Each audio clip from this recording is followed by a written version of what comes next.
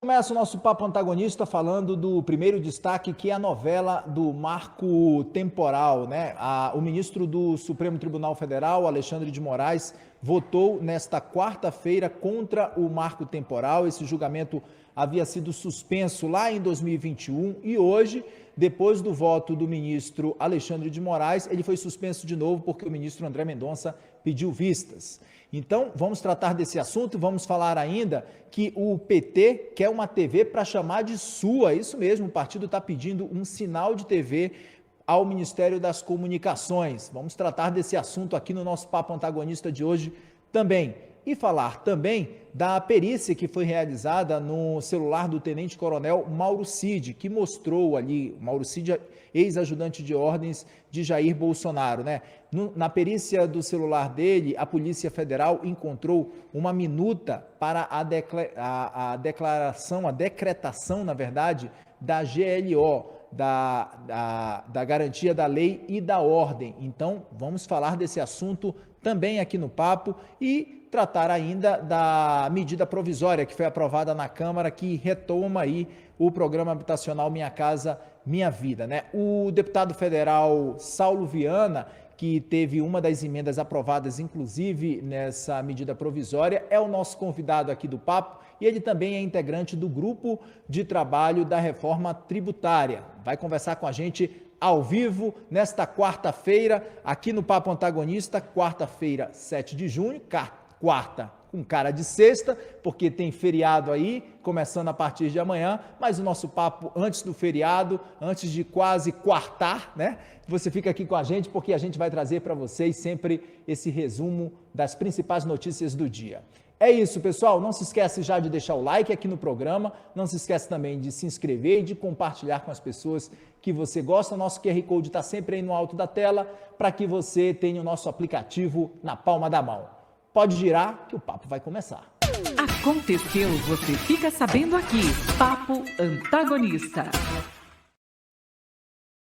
Salve Eduardo, Valterci, a Maria Isabel, o Ralf também, o Paulinho, o esquerdista, o Jorge Fernandes também, Sônia Regina, a Regina Maura. Muitíssimo obrigado pela audiência de todos vocês aqui ao vivo com a gente nessa quarta-feira. Nosso primeiro assunto que a gente vai trazer para vocês é a novela do marco temporal, né? O ministro do Supremo Tribunal Federal, Alexandre de Moraes, votou nesta quarta-feira contra o marco temporal. Esse julgamento, ele havia sido suspenso lá em 2021, ele foi retomado hoje, por volta das 2 horas da tarde, pela Suprema Corte, e começou, na verdade, né, com a presença, inclusive, de lideranças indígenas lá no plenário do Supremo. Moraes acompanhou o voto do relator, ministro Edson Fachin, afastando a ideia do marco temporal. O ministro do STF defendeu que as terras reconhecidas como das comunidades originárias e que estavam em disputa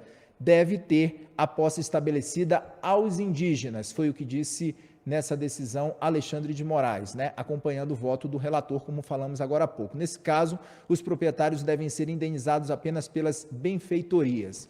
Num trecho do voto de Alexandre de Moraes, ele diz, entre outros casos, quando efetivamente a terra é reconhecida como indígena, a indenização deve ser completa. E ainda admito como possibilidade a compensação a áreas, desde que a comunidade aceite por guardar semelhanças com a sua terra, a sua tradição, declarou Moraes durante o seu voto. Logo após o voto de Moraes, o ministro André Mendonça pediu vistas ao processo. E agora, André Mendonça tem um prazo aí de 90 dias para analisar o tema e retomar esse julgamento. Vamos falar com Carlos Graeb, ao vivo aqui com a gente, para conversar um pouco mais e detalhar. Graeb, quero muito ouvir sua visão, a sua leitura sobre esses votos, né? O placar terminou ali ainda em 2-0, né? Esperando ainda esse voto do ministro André Mendonça e que tem agora um prazo de 90 dias para poder avaliar de fato qual é a leitura que ele tem, qual é o entendimento que ele tem para proferir o seu voto sobre essa questão da demarcação das terras indígenas. Graeb, muito boa noite, seja bem-vindo. Salve Kenzo, salve pessoal do chat. Na verdade, 2-1, né, Kenzo? Porque o Cássio Nunes já tinha dado o voto dele. Eu tava aqui na dúvida se era 2-0, 2-1. Eu disse, vi que vamos você falar que tava... 2... Vou, Graé, obrigado pela lembrança. Imagina. Então, Kenzo, nós publicamos aqui no Antagonista um editorial na semana passada, você se lembra disso, né? É um posicionamento do site a respeito desse assunto, que é a favor do marco temporal. Portanto, contra a tese que o Alexandre de Moraes defendeu hoje. Ponto central do raciocínio do site, né, que o site está adotando publicamente, é que sem marco temporal não existe segurança jurídica. Sem segurança jurídica, você cria uma situação, uma circunstância, para que os conflitos continuem explodindo no campo brasileiro, né? Sem segurança jurídica, sem a certeza que o agricultor tem, o pecuarista tem, de que a terra que ele está trabalhando, né, onde ele está investindo, é de fato dele e não vai ser desapropriada a qualquer instante, sem essa certeza você, enfim, bloqueia o espírito de investimento, qualquer desejo de investir, qualquer desejo de empreender no campo, né, em áreas que sejam próximas, que sejam vizinhas de onde moram índios, ou que possam ter qualquer ligação, mesmo que muito remota, com a ocupação indígena.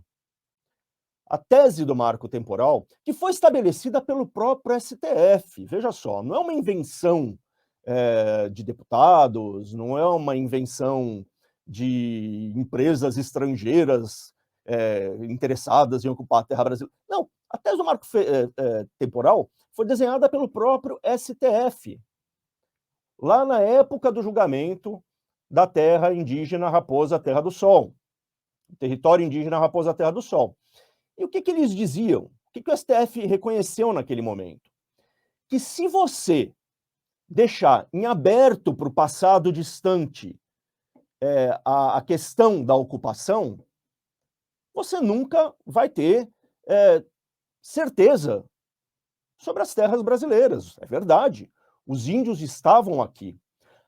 O que disse o ministro Aires Brito, que foi relator daquele... A Constituição brasileira criou um novo brasileiro, um ordenamento que vale aquilo que ela estabeleceu Tá falhando o áudio do Graeme. 1988. Isso tem que valer para tudo, inclusive para as terras dos índios, por mais que eles sejam povos originários. Eles são povos originários, mas são também parte do Brasil, são brasileiros também, certo? Então eles não podem estar submetidos a um regime jurídico completamente diferente de todos os outros. Se eles estavam numa terra indígena em 1988 e depois disso foram esbulhados, atacados, invadidos, desapropriados por qualquer violência, por qualquer tipo de ação, eles têm direito a pedir de volta a sua terra. Se você deixa a porta aberta para que a ocupação tenha se dado em 1501 ou 1987, jamais haverá segurança jurídica.